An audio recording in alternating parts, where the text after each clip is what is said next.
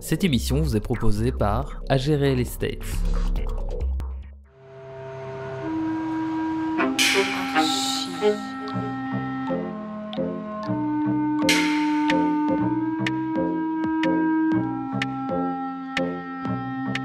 Bonjour et bienvenue dans Archi-Urbain, l'émission qui vous parle d'architecture et d'urbanisme. Je suis aujourd'hui à Anvers pour parler d'un bâtiment bruxellois qui se trouve à côté de la gare centrale. Et je suis en compagnie de Philippe Vink du bureau d'architecture Crépin-Binst. Bonjour Philippe. Bonjour Emma. Il y a un amour pour Bruxelles chez Crépin-Binst ou comment ça s'est passé? Le hasard a fait que nous avons été contactés par notre maître de l'ouvrage à l'époque, Beffimo. Et comme je suis bilingue francophone, on m'a demandé de gérer le projet. Et étant donné que j'ai pu étudier à Bruxelles, à Saint-Luc, je crois que je connais assez bien la ville. Je l'ai parcouru à pied dans le temps pendant des heures et des heures. Donc c'est une ville qui me plaît, qui m'attirait assez bien. Surtout qu'on se trouvait face à un superbe bâtiment de Léon Steinen. Et un bâtiment emblématique. Oui, pour nous c'était une gageure de pouvoir la remettre en état et de lui donner à nouveau une belle fonction. Alors le bâtiment, donc c'est l'ancien bâtiment de la RTT, devenu ensuite Belgacom, puis plus rien pendant quelques années.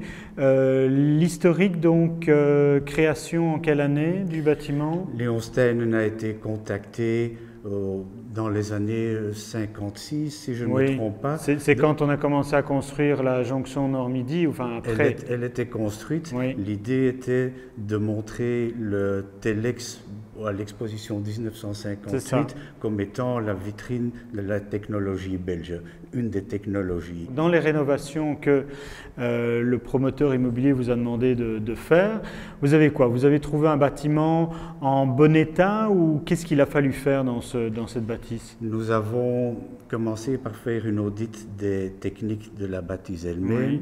Oui. Et suite à cette étude que VK Engineering a fait, nous avons dû constater que toutes les techniques étaient très très bien entretenues, mais totalement dépassées et fort énergivores. Donc on a décidé de complètement démanteler le tout pour se retrouver avec le gros œuvre de la bâtisse. Et là, on a constaté malheureusement que malgré que le béton avait l'air très très beau, il était très fortement altéré. Nous avons dû donc faire une restauration en profondeur du squelette extérieur, qui est en fait, tel que je le dis, un squelette des colonnes en béton, des poutres en béton et du remplissage, là au droit des escaliers ou certains murs aveugles au droit des sanitaires. À l'extérieur, il a été rempli par la pierre naturelle, une pierre de Massangy. Mais donc une rénovation quand même en respect par rapport au bâtiment initial, vous n'avez pas changé la façade ou... Non, l'intention était de vraiment respecter l'architecture de Léon Steinen. Et je dirais même de retrouver l'architecture. De la retrouver telle qu'elle avait été à l'origine, donc enlever toutes les fonctions qui ont été rajoutées au fur et à mesure du temps et que nous considérions comme inutiles et qui altéraient quelque peu le bâtiment. Mais nous voulions y rassembler les nouvelles fonctions dans un cadre le plus épuré possible, qui est toujours une illusion, mais le plus épuré possible vis-à-vis d'un respect de Léon Steinen. Eh bien Philippe, moi je te propose que l'on se quitte ici et qu'on aille retrouver Vivaqua et Architects Labs qui sont maintenant propriétaires et l'architecte qui a aménagé l'intérieur du bâtiment. Merci Philippe. Merci Emma, c'était bien agréable. Merci beaucoup. Christiane Franck, tu es directrice de Vivaqua. Pourquoi est-ce que vous avez déménagé déjà? On a déménagé pour une raison très simple, c'est que le bâtiment qui nous appartenait et dans lequel on avait nos bureaux à la rue Hollen était un bâtiment qui avait son âge, il avait 45 ans, il devait être rénové de fond en comble. À 45 ans, doit être rénové de fond en comble. Pour un bâtiment, oui, un bâtiment, il est vieux à 45 ans, il doit être rénové, mais alors il acquiert une nouvelle jeunesse et il redémarre à zéro, contrairement à l'être humain. Et donc il devait être rénové de fond en comble. Et on a opté plutôt pour le choix d'un nouveau bâtiment qui correspondait vraiment à la vision du Vivaqua en termes d'environnement, en termes de responsabilité par rapport aux nouvelles générations, de durable. Et c'est ce bâtiment-ci qui a été notre choix finalement. Au départ, vous avez quand même fait des études en vous demandant si entre l'ancien bâtiment et le nouveau bâtiment, il ne fallait pas louer quelque chose d'autre ou rénover le bâtiment où vous étiez. Pourquoi avoir fait ce choix-ci en fait? Oui, tu as raison. En fait, on s'est dit à un moment donné, on a deux choix. Ou bien on se lance vers une rénovation complète et on redonne une nouvelle vie à l'ancien bâtiment. Résultat, ou conséquence plutôt, on est délogé, les 550 personnes de Vivaquois, donc un tiers du personnel de Vivaquois se retrouve délogé pendant une petite période, 2-3 ans, dans un autre bâtiment, ou bien vraiment on passe le cap et on achète un nouveau bâtiment. Et pour que ce ne soit pas simplement une décision sentimentale ou au feeling, on a monté un modèle économique pour déterminer le seuil à partir duquel il était préférable de vendre, le seuil en termes de prix de vente du bâtiment, de l'ancien bâtiment, à partir duquel il était préférable de vendre ou préférable au contraire, en dessous duquel il était raisonnable d'aménager le bâtiment et que le montant de la vente a fait qu'on était au-delà du seuil à partir duquel il était intéressant de vendre, et donc on a vendu, et donc on a acheté ce bâtiment-ci plutôt que d'opter vers la rénovation de l'ancien. Bon, alors je te propose que j'aille retrouver William Froment qui m'attend là, juste derrière la cloison. Merci Christiane. Avec plaisir. Merci beaucoup. Bonjour William. Bonjour. Tu vas bien? Très bien. Ça fait quoi de travailler dans un bâtiment emblématique de Bruxelles? Moi, j'essaie toujours de travailler là-dedans avec beaucoup de respect pour l'immeuble.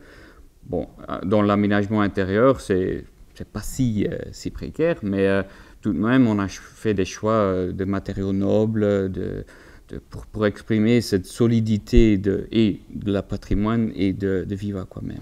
Alors, matériaux nobles, on le voit déjà, il y a beaucoup de bois en fait. On va un peu s'avancer, comme ça on peut découvrir un peu plus. Le bois, c'est un des éléments qui revient un peu partout, dans les kitchenettes, dans les lobby lounge. Pas seulement le bois, mais aussi le choix pour les matériaux de séparation, les murs, les impostes.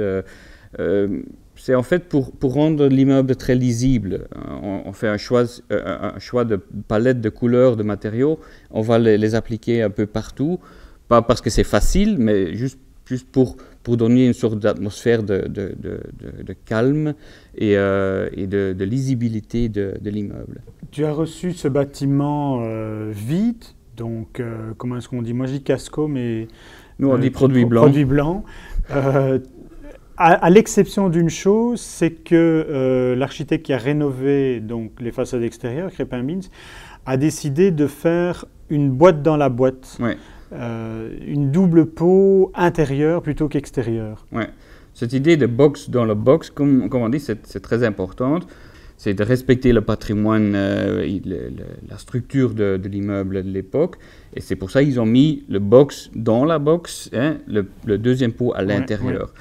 Et ça nous permettait d'avoir une modulation plus détaillée, plus fine que la modulation qui se retrouvait dans l'ancienne façade. Dans l'ancienne façade. Autre élément important dans l'aménagement que vous avez fait, c'est un peu le rez-de-chaussée. Je veux dire qu'il y a un programme différent puisque il y a les magasins, il y a d'autres choses également, il y a le lobby. Ouais.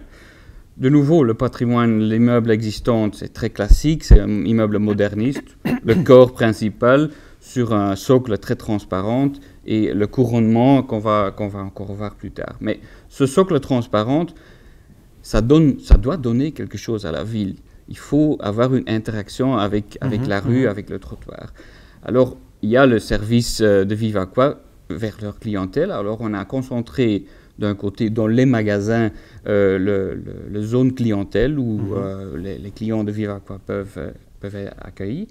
On a le lobby lounge et l'auditoire. Ce sont des affectations semi-publiques parce que l'auditoire, par exemple, peut être occupé aussi pendant des événements où Vivaquois est un partenaire ou sponsor. Et là, on a cette affectation semi-publique ouverte vers la ville et vers la rue. Et puis tu as parlé d'un couronnement, je te propose qu'on aille peut-être voir le couronnement alors. Très bien. Allons-y. Voilà William, on s'est déplacé au 5e étage qui n'est pas le plus haut étage du bâtiment. Et alors, bon, tu as retrouvé ceci vide, effectivement, avec une terrasse que l'on peut voir là sur le côté. Et tu t'es dit quoi? On ne va pas mettre des bureaux ici? Non, mais ici, on retrouve les salles de réunion, différents types de salles de réunion. Ici, derrière nous, un très grand, très ouvert, avec la terrasse. Mais il y a aussi un petit coin plus informel et les deux salles de réunion au fond qui sont plutôt intimes. Alors, il y a différentes échelles et différents styles de salles de réunion qu'on retrouve ici. C'est ça que je trouve intéressant. C'est la première fois que je vois des salles de réunion qui sont comme des lounges hors standard. Oui, on a l'impression d'être assis l'un à côté de l'autre, sans véritablement une table, etc. Il y a une chose en tout cas que l'on retrouve et qu'on a vu précédemment, c'est 1, le blanc, 2, le noir, et 3, devant nous, le bois. Que l'on retrouve toujours partout. Ouais. Donc on a toujours la même palette de couleurs ici et la pâte, votre pâte, la pâte d'Architects Lab. Est-ce qu'il y a autre chose qu'il faudrait encore dire sur ce bâtiment? Allez, moi j'utilise beaucoup ces mots contemporains mais intemporels. C'est ça. Et je crois que ça c'est l'atmosphère que tu as voulu donner ici. Oui, exactement. Bon, William, c'était notre première émission ensemble. Maintenant que l'on se connaît, n'hésite pas à m'envoyer, à m'appeler si tu as d'autres bâtiments qui se terminent et que tu as envie qu'on en parle ici sur Archiurbain. Vous pouvez voir et revoir cette vidéo sur www.archiurbain.be. William Froimont du bureau Architects Lab, merci beaucoup et à bientôt. Avec plaisir. Merci beaucoup. Au revoir.